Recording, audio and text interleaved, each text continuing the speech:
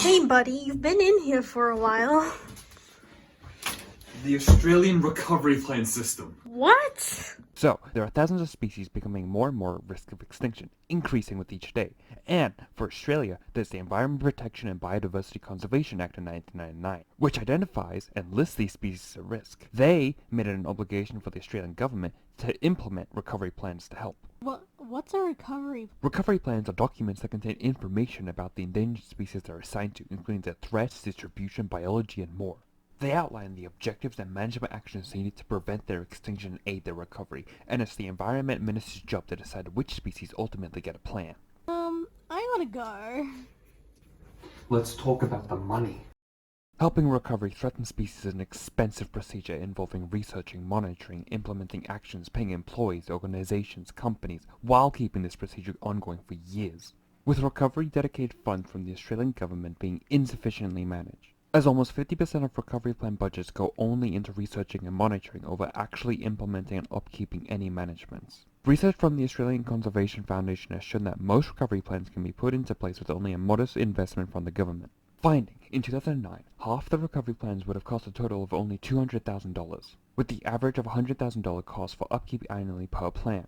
And they found with just $10 million invested annually, every Australian bird species wouldn't be threatened anymore. And frustratingly, the funding of such plans are affordable. Huh. You think they'd do it then?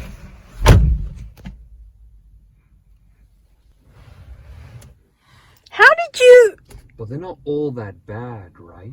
The good that come from the government with recovery plans are that some habitats become registered and protected by these plans, as are declared critical habitats being vital for and inhabiting specific threatened species, with the government dedicating 10% of the budget towards conservation for their expansion.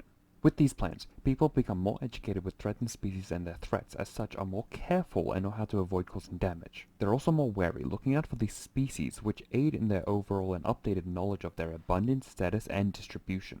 Even at times rediscovering long-time missing species, such as the desert batong marsupial in Australia or the black-brown babbler bird in Indonesia. Oh, that's nice. At least they're helpful. But have you seen their weaknesses? Remember those protected areas? The expansion into these protected areas may be too slow, as the habitat and its surroundings face destruction from an increase in climate change-induced fires, or industries and companies use up the potential land which could be expanded into. Farato and Patanayak concluded through studies that protected areas have been found mostly designated to habitats at smaller risk of loss, those with fewer economic resources or uses, compared to those at greater risk which would benefit more so from this protection.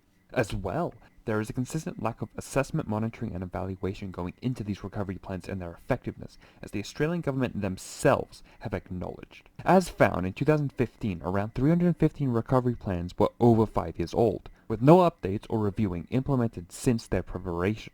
These recovery plans are shown to avoid placing in limits and measures associated with combating threats and loss, often lacking direct or clear requirements to avoid damaging and threatening activities. For example, the rock wallaby and Carnaby's black cockatoo. Both are at risk due to habitat clearance. The rock wallaby's plan is vague in its actions to stop habitat destruction, rather focusing on the depth of monitoring, hinting only at an endorsement of its habitat conservation.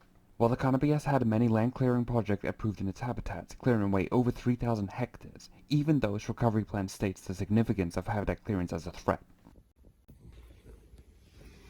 How do you keep... No! How could they do this better? Well, maybe if they considered use of more direct, specific, and less vague languages as to set limitations and deny any loopholes, ensuring measurable, specific, and targeted restraints on potential damaging activities to habitats and species. To ensure plans are updated and management is assessed, there should be a mandated annual reporting implemented for each plan, so changes can be made and the success of conservation can be measured on a more timely basis. To be more cost effective, an annual investment made by the government of about $200 million going into a recovery fund would allow recovery plan implementation to be directly funded when needed, allowing more plans to be implemented and continue as can access the fund instead of waiting for the government to provide it. As well, engaging and collaborating with more conservation communities, agencies, stakeholders, and organizations would help enhance the management carried out, as they could aid in the collection, analysis, and discussion of data, plans, and management actions, while also providing more knowledge, differing perspectives, possible fundings, and help in revising the system.